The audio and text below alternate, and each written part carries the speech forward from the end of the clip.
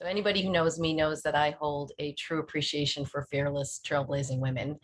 And our next guest has made it her life's work to not only support, but to trailblaze in a number of areas that I personally hold dear to my own heart, from arts-based education to sustainable family farming, social justice, healthcare, and now hemp. And I speak, of course, of Congresswoman Chellie Pingree. Not only is Congresswoman Pingree a co-sponsor of HR 841, but she's also preparing to introduce an important bill that will remove Delta 8 and Delta 10 THC from the definition of hemp, prioritize funding from the USDA for historically Black colleges and universities, and raise the legal limit for THC. This bill would open up significant new opportunities for farmers, manufacturers, and retailers. As a native New Englander who has spent a lot of time on the beautiful towns and beaches of Maine's 1st District, I am truly honored to introduce Congresswoman Chellie Pingree. Congresswoman, thank you so much for being with us today. Yeah, well, thank you very much for having me. And thank you. That's really a lovely introduction, and I appreciate it very much. And I'm thrilled to know that you've put in your time in Maine, and let us know anytime we'll roll out the red carpet when we know you're coming to town. So appreciate that. And I'm looking forward to chatting with you. I'll give you a little bit of background on the work I'm doing, but then I always learn from all of you. So it's a good chance to hear what you're thinking about today. I am happy to have a chance to preview the bill that I've been working on, and we're looking forward to introducing it in the coming weeks. We had actually hoped to do that by now, but as you know, there's a lot going on in Congress, and that slows down the process on everything that we're doing. So we hope that we'll have the language worked out soon. Just a little bit of background that really I don't have to tell you, but we know the Farm Bill in 2018 was really a watershed moment for the hemp industry. And we were also excited when we were thinking that we were moving forward, but I think a lot of things didn't change in the way that many of us had hoped. Provisions in the law of the 2018 Farm Bill and some of the rules that the USDA have written to implement it have really created some serious challenges. These challenges have been compounded by the fact that the FDA has failed to establish a regulatory pathway for CBD products. That's an issue that I know this group is working with and closely following as well. The bill I'm working on, which is called the Hemp Advancement Act, will address some of the issues we've seen with the USDA since the 2018 Farm Bill became law. It will raise the allowable THC threshold for hemp and in-process hemp extract to make the rules more workable for growers and processors, while also ensuring that the final products that are being sold to consumers aren't intoxicating. It will also remove the requirement that hemp testing occur in DEA registered laboratories, which is a particular challenge in my home state. And I know something that hemp farmers and processors are experiencing in other places. There are currently 0 DEA registered labs in Maine. And frankly, there's only 1 in all of New England. So that just does not work. Most importantly, it will upend the unjust 10-year ban on people with drug-related felony convictions receiving a hemp license. This provision disproportionately excludes communities of color from participating in this emergent market, and frankly, it just has no place in our public policy. So as I said, we're still refining the final text of the bill, but I'm excited to work closely with the US Hemp Roundtable throughout the drafting process. And I'm looking forward to continuing to work with you on this effort as we begin work on the 2023 Farm Bill. There are so many exciting opportunities out there for growing hemp, for the products that are made from hemp. We're really looking forward to righting some of the wrongs, to working through the challenges that our farmers have faced and our processors have faced. And I'm really grateful to be here with all of you today. So thank you so much. Thank you, Congresswoman. And I just want to not only applaud you for your leadership, but you have a great talent in hiring staff. Katie Berg has been a joy to work with, going through some very complex legislation that you're about to introduce, and we've really appreciated her approach to this. And before her, Kellyanne Blazak always on point for us when we had questions or concerns on whether it's the appropriations or the agriculture committees that you serve on. And now she's at the White House leading agriculture policy there, and we've had a pleasure working with her over there. So, well, thank you very much for saying that. And we're, of course, very excited to have her at the White House and really thrilled to have Katie working with us. So thank you for that feedback. But I have been blessed with really great staff. Yeah, and it's as Ola would want me to point out, we're speaking only of women right now. And, of course. if you look at the U.S. Hemp Roundtable staff, I am very much overwhelmed by the amount of strong women that we have on our staff as well. I just wanted to ask you, start off the question and answer, and remind folks that to use the Q&A box to get any questions to Congresswoman Pingree. One of the challenges that we've seen with both kind of in the drafting your bill, but also in the movement of HR 841 is that there is so much going on right now in Congress with reconciliation, with infrastructure, and we have a bipartisan group here, so I'm sure people feel differently about those issues, but can you give us a sense, particularly from your vantage point on the really powerful Appropriations Committee, in terms of will we see these things be resolved soon so that we can be now focusing on issues like ours, or is this going to be something that we're going to be dealing with till the end of the year? That's such a good question. And this is one place where it's very hard to have a working crystal ball that really you can look into and answer. Some things that we're dealing with are time sensitive. We have to pass a CR this week. We have to deal with the debt ceiling. Some of those things we will resolve and move forward on. As you know, with the reconciliation side of the infrastructure process and the bill we're working on, the Build Back Better Act, there's a tremendous amount of committee work, staff work, and then just negotiating that goes on with that. So it's hard for me to say how soon we'll come to an agreement, how quickly we can move forward. But I think there's been a real recognition that this work has to get done quickly. That's certainly the goal of the administration. So I hope that we're quickly dealing with those issues, some of the contentious things we have before us, and moving forward.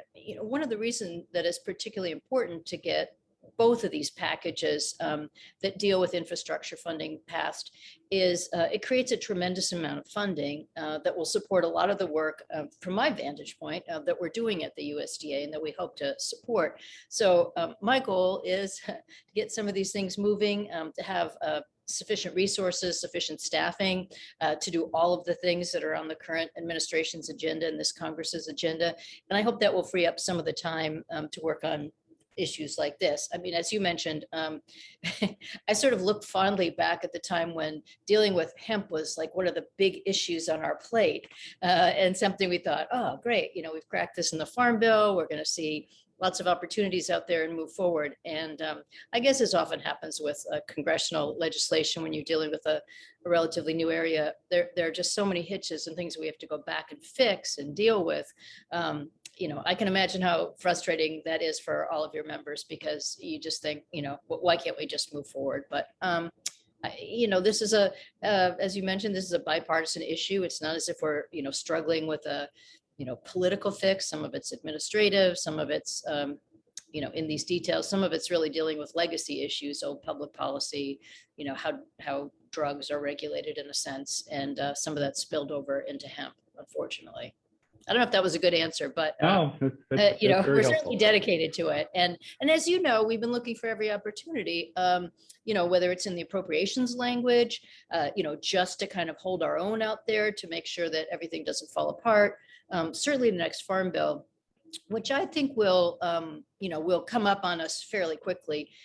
We'll do everything we can to make sure that the language that goes into that really reflects what the growers and processors need. And that was actually the second question, Congresswoman. We as an industry think of our industry's development by farm bills. There was the 2014 Farm Bill, which created the pilot programs that got the industry started. And then there was the 2018 Farm Bill that permanently legalized hemp. Now we're already looking at the 2023 Farm Bill. 14, just for people out there, they're every 5 years, and 14 was, I guess, running a year late. That's why it wasn't the 13th Farm Bill. But can you kind of share how because I know we're already working on the 2023 Farm Bill, what the process is and what you're all kind of looking at as that develops? Well, I think the process is just coming together, but I would say serving on both the Agriculture and Agriculture Appropriations Committee, it's a constant topic of conversation. I think because everyone knows it takes, even though you might call it the 2023 Farm Bill, we don't want to be late with it, which means you've got to do a tremendous amount of negotiating, planning, projecting before you get there. So I think it comes up in conversations all the time. A lot of what we do, a lot of the way that the Agriculture Committee is structured is not to have so many, hearings as other committees do, but really to focus on those 5 years. So even the hearings that we're having now are often within the lens of what do we need to change in the Farm Bill. And I think partly because the Build Back Better Act that we've been working on has so much funding for conservation, has a certain amount of policy changes that really would normally take place in a Farm Bill, but some of them we just feel we can't wait to get that assistance to farmers and to move forward on some of those things. In a sense, we're already starting to tinker with some of the policies that are normally in a Farm Bill, and I think that's appropriate given the enormous amount of challenges that agriculture in general is facing, whether it's unpredictable weather, trade issues, the pandemic, the supply chain. It's really all been coming together, to hit us really from all sides. So the idea of the luxury of just sort of sitting back and waiting for a Farm Bill for so many of these policies, I just don't think is possible. I don't know if that will force us to move up the deadline of the Farm Bill, but in fact, we're really crafting some of it, as we speak in terms of the policies and fundings and authorizations that we're working on. Great.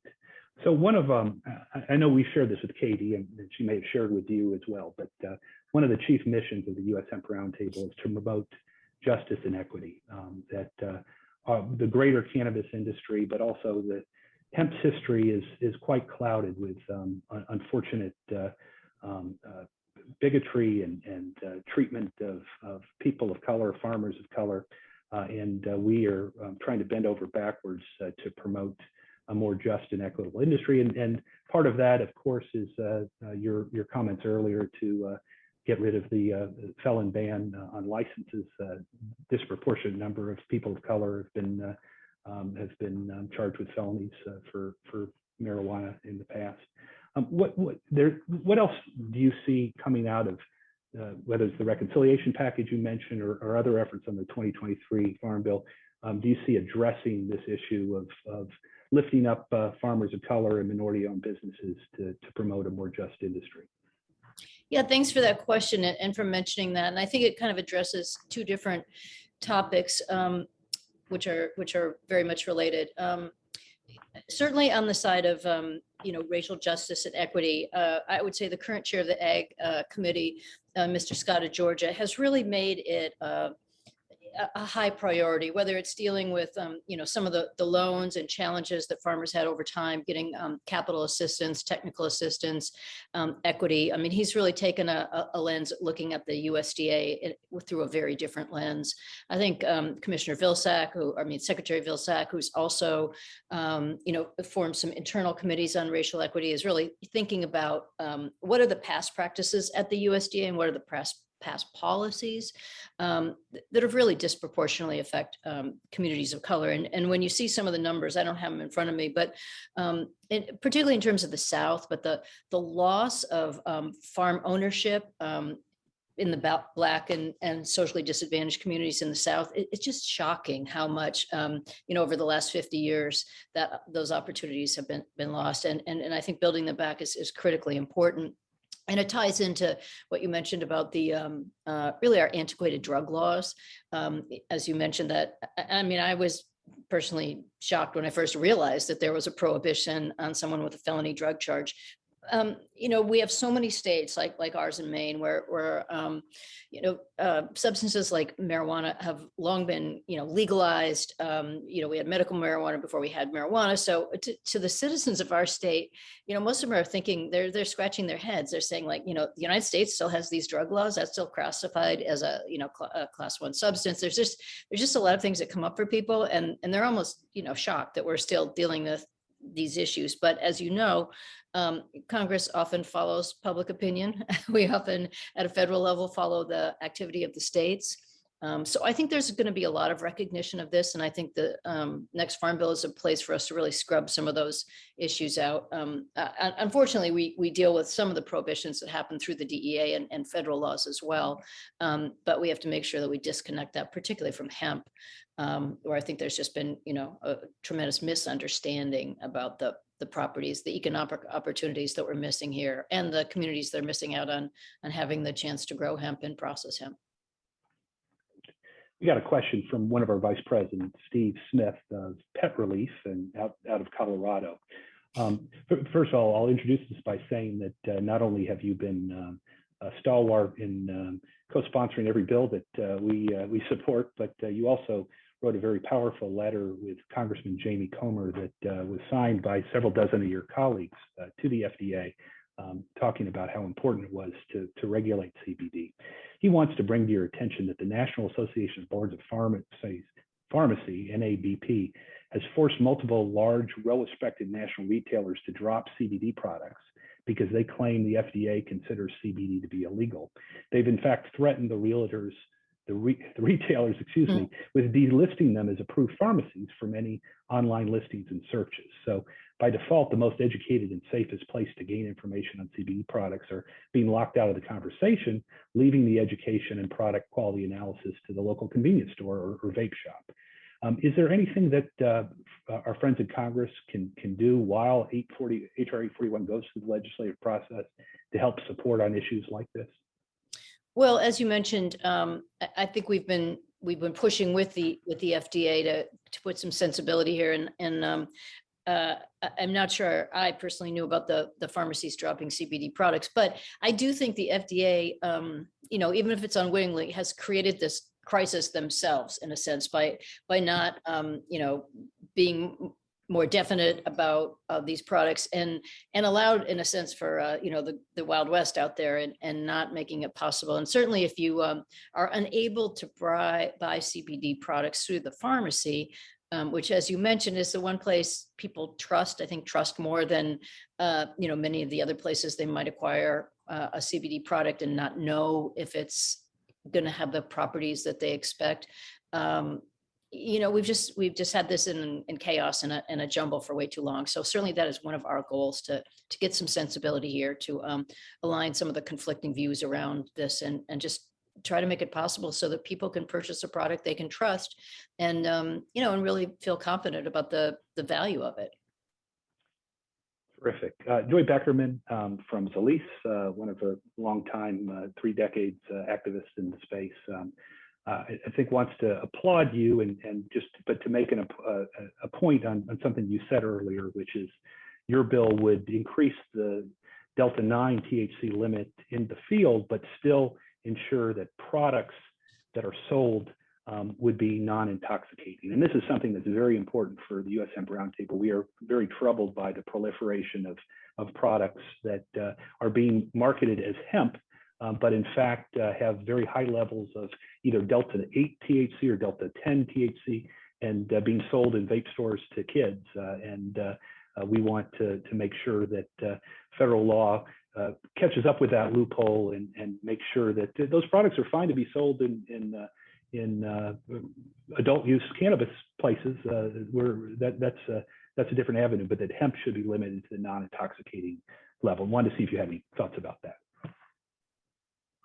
Well, it's such a good point, and of course, it's a huge concern, and I sort of come at it from both sides, which really you have mentioned. I mean, I got most familiar with hemp trying to understand the opportunities for growers in New England or in my state, and understanding that some of them were having to destroy an entire crop because of the complexities of these levels, because of the lack of ability to get adequate testing, and then just the idea that you could put, so much of your resources into growing a crop and then not have it usable was sort of a staggering understanding. And then on the other side, as you mentioned, not to have, dependable standards so that someone could buy a CBD product and find out that it wasn't something that you'd, want to give your grandmother, not that your grandmother wouldn't appreciate it, but I'm just saying, yeah. So I think it's one of our number one priorities. It's something we're trying to address in the bill and,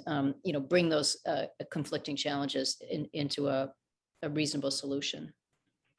Great. Joy Beckerman also wanted to add that she was raised in Maine, so she really appreciates that a Mainer, is that how you say it? Is such a leader in hemp That's reform. what you say, yeah.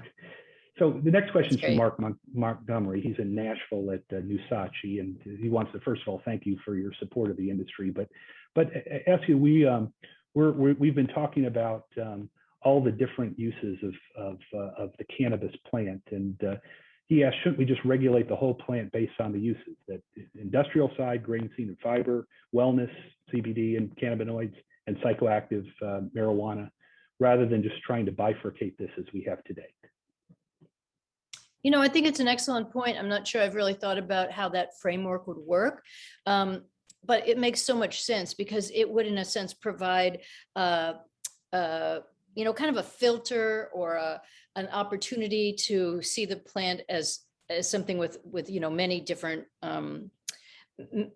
opportunities and factions, as opposed to which department regulates this, where does fiber go, where does the a food or a CBD product go. Yeah, I think that's actually a good way to look at it, and would help to get it out of this scary drug substance view that often people take, and hopefully would allow us to take advantage of many more of the economic opportunities that can be derived from hemp. It's really a tragedy that we miss as much as we do.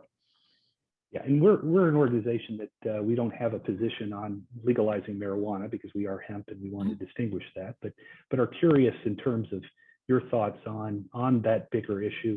The House obviously has passed legislation that would take a big step. There's legislation pending in the Senate. Do you see anything happening on that in the near future, or is this going to continue to be delayed by the inability to get 60 votes in the Senate to support something? Well, I found in Congress, sometimes you push and push and push, and then all of a sudden one day the door just opens and you're flooding through the door. And I feel like it's been a little bit that way with this issue around legalizing marijuana. It used to be even a taboo topic. It used to be something that, people would be afraid to discuss if it came up in a debate, or, you never wanted to be challenged about it. And now I think, like I said before, most of the public is kind of uninterested in the topic and a little bit shocked that we have as many prohibitions as we do. I often describe to people in my district, even though we have legalized marijuana in the state of Maine, that we have these huge issues with marijuana banking, that in fact you could run, you could have an agriculture operation or a retail operation, and you have to deal in cash because you're not allowed to use a bank or a credit union. And I think most people find that just shocking that we still have these sort of antiquated prohibitions. It's like making gin in your bathtub in the 1900s or something. It's still, everybody knows it goes on, but yet you've got these, crazy federal laws that still oversee it. So I think we're going to see movement in it. I mean, one of the things we learned in our state is this is very far from a partisan issue. And, we hear from the most, staunch libertarian Republicans who say, get the government out of my marijuana. And, liberals who think, why do we have the drug laws that we do? So I see this moving forward, at some point. And we'll just be done with it. And I think that would take a lot of the pressure off some of these issues that we're dealing with around hemp, because they get caught up in the marijuana laws where they don't belong.